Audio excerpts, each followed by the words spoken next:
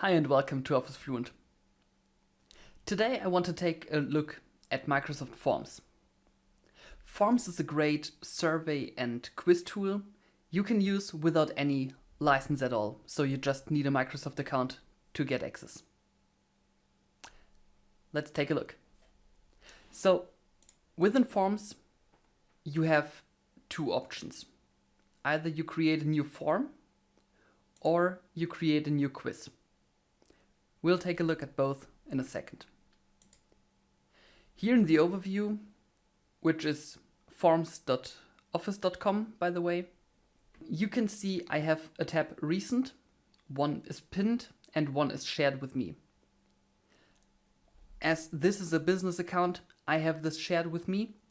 If you are on your personal account, you might not have this tab. As you can see, there is no recent forms, so let's create a new one. By default, you get an empty untitled form, and you can fill it with questions. First of all, of course, you can just click here in the header and change the title of the form and add a description. Just like that. You can also add a picture if you want. I will not do this right now, but you can go ahead.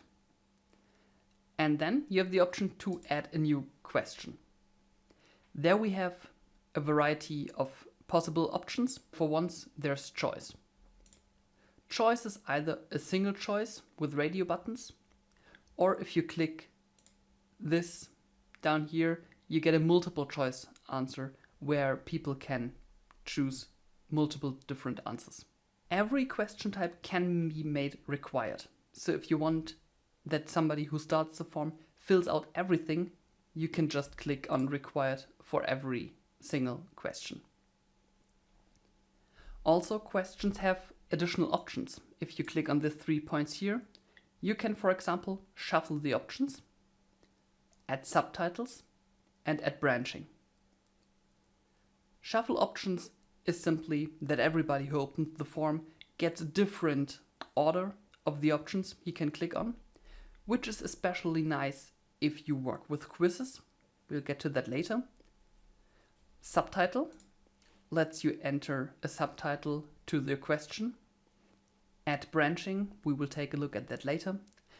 But I can tell you already that the choice option is one of the best ones for branching. What else do we have? We have text, which allows whoever is writing to either enter one line of text or multiple lines. We do have a rating, which allows a rating from 2 to 10 stars or numbers. We have a date, which simply allows the input of a date format. And then we have ranking, Likert, file upload, which is only available in the business option, the Net Promoter Score, and additional sections. Ranking allows you to move options in different orders. So for example, order these meals from most favorite to least favorite. Likert is like the options, like the choice menu up here, just in a matrix format. So you can have different statements with the same options. For example, for all of these statements, choose from 1 to 5, from least to most. And you can also change what the options are, of course. I'm not going over the file upload. Like I said, it's business only and it just allows to upload a file into the form. And we have the Net Promoter Score, which is very standardized about the question, how likely are you to recommend us to a friend or colleague? You have to know for the Net Promoter Score, it's not just a scale from 0 to 10, but it's actually divided into 3 parts, which the user doesn't see. 9 or 10 is called a promoter. So if somebody rates you very highly, you can increase the contact with that person to get a new influencer for your brand. 7 and 8 is considered passive. It's neither good nor bad. And 0 to 6 is negative. It's called a demoter. And we will see that in the response tab, just to make sure that you don't confuse it with the scaling from 0 to 10. And last but not least in our list, we have new sections, which is just a new page for your survey. So if you want to make it a little bit nicer, not to have too many questions in one go, you can add different sections to make it a little bit more easy to follow.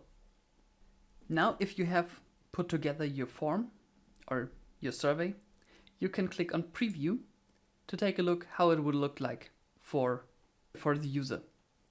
As you can see, all my questions have a little star, which is required questions. So I need to put all of these into order to send them off. If I don't, I get the "this question is required" tag for all of them. You can also see that I'm told that my name and email address will be shown if I fill out this form. This is not anonymous for now, but we can make it. So if I click on back to get back to my form, I have a few more options up here. For once, I can choose a theme. For example, the Raspberry theme, which taints the background a little bit and change the colors overall. And then I can click on share. And here I get, first and foremost, who can fill out this form.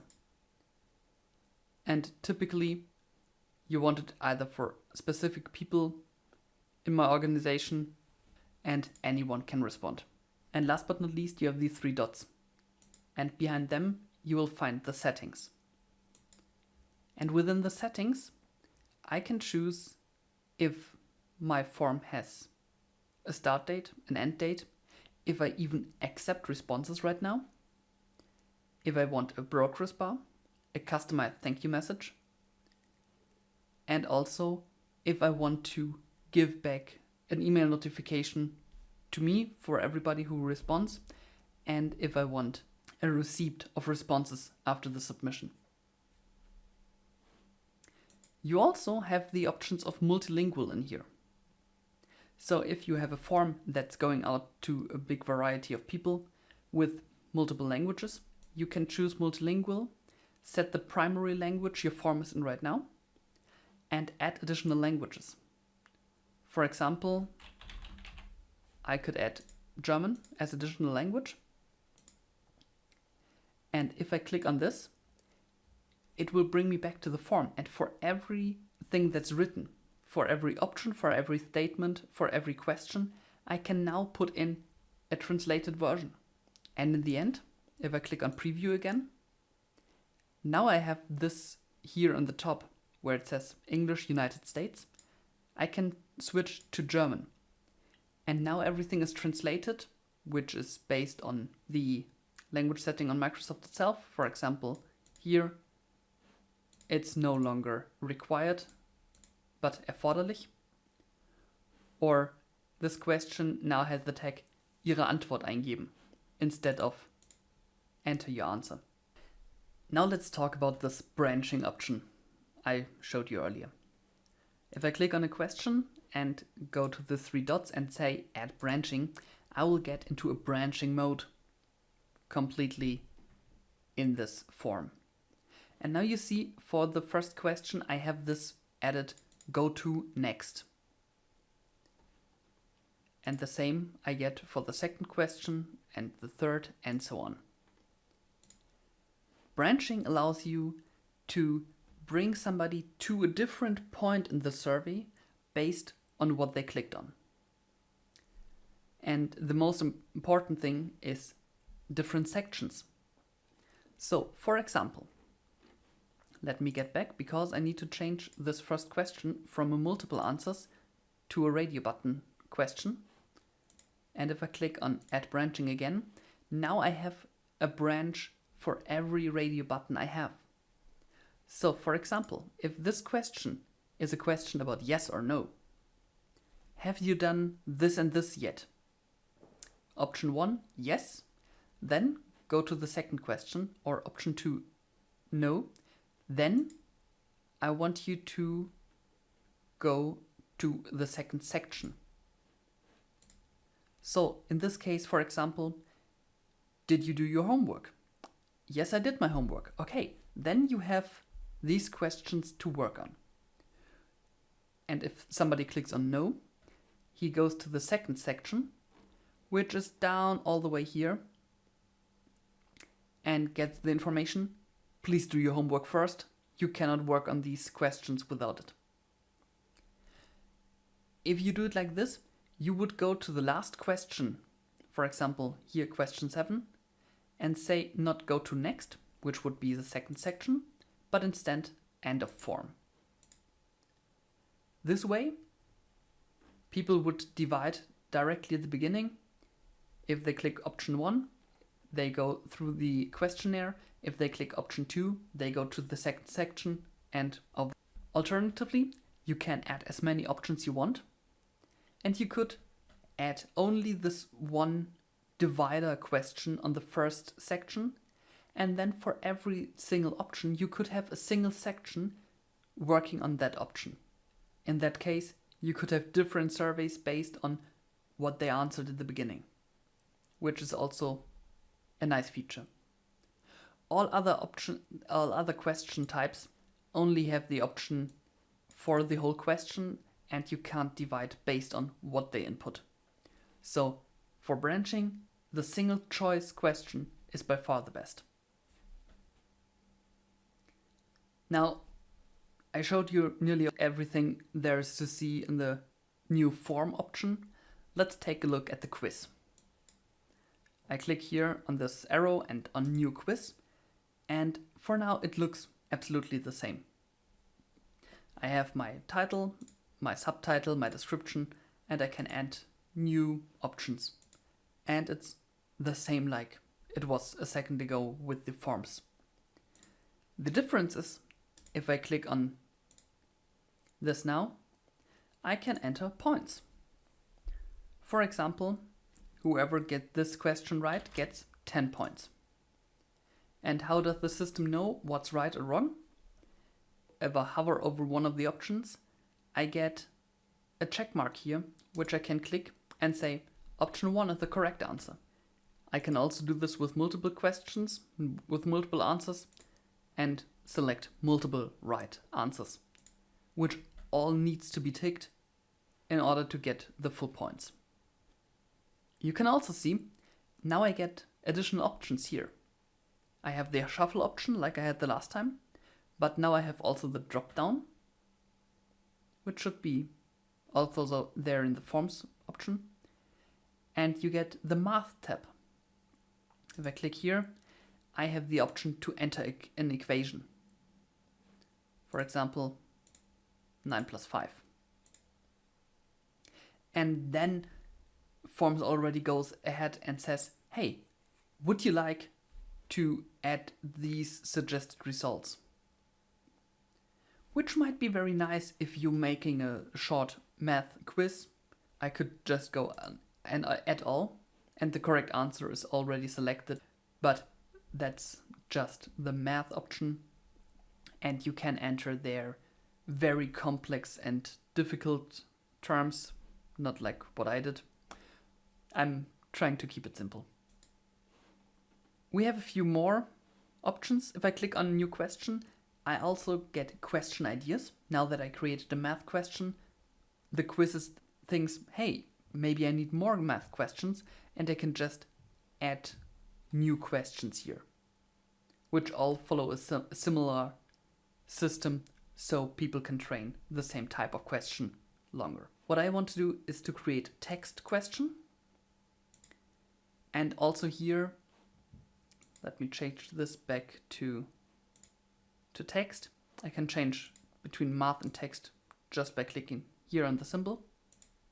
I have a question and I can also add answers. Enter answer. For example, the right answer is duck.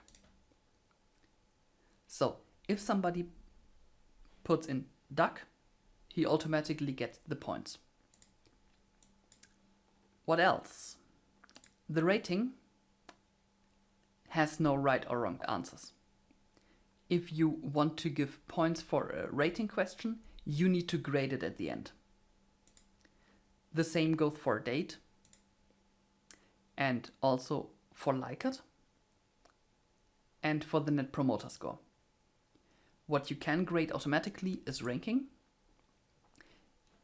just by setting the options in the right order, and the participants will get a random order they need to bring back into the right order.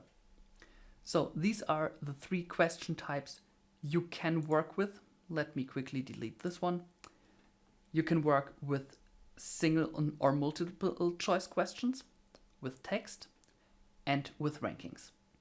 So based on this, you also get a bit more options for themes here. In the quiz option, you get all these fancy backgrounds.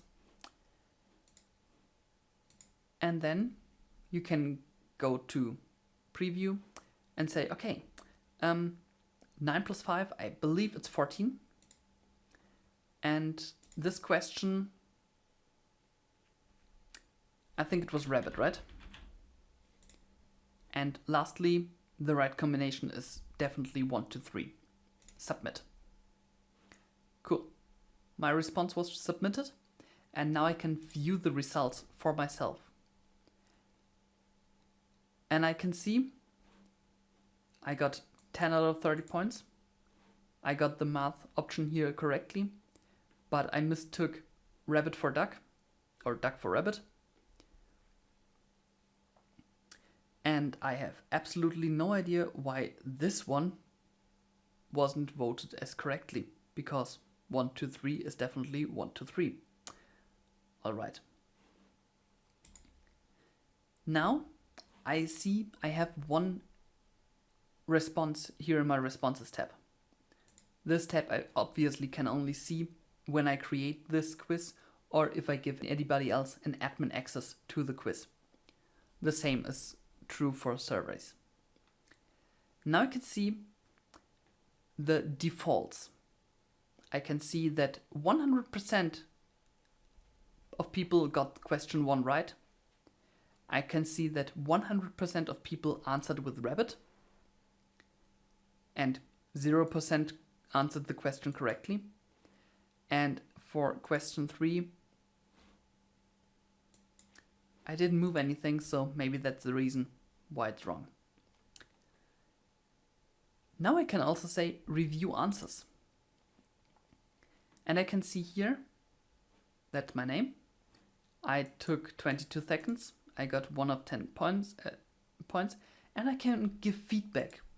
And I can give feedback for every question. And also, if I say, well, he put option 1 to 3 there, I don't know why it auto-graded 0. I can give him 10 points for that. So if you're a teacher or working with your children for the next math tests, you can use forms to very easily create quizzes to test and train. And you can grade it at the end. So that's pretty much it. Forms is a very, very easy to use tool. It can be very powerful, but overall, take a look at it. It's free. You have access to it. Use it. All right.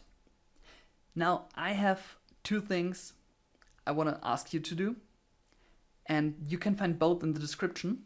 One is a survey just about my channel, made in Forms, and the other one is a quiz I made in Forms about forms. So you can test your knowledge there, and I'd like to interact with you more. So please comment down what you liked, what you disliked. Please leave a like, subscribe if you like my content, and see you next week. Bye.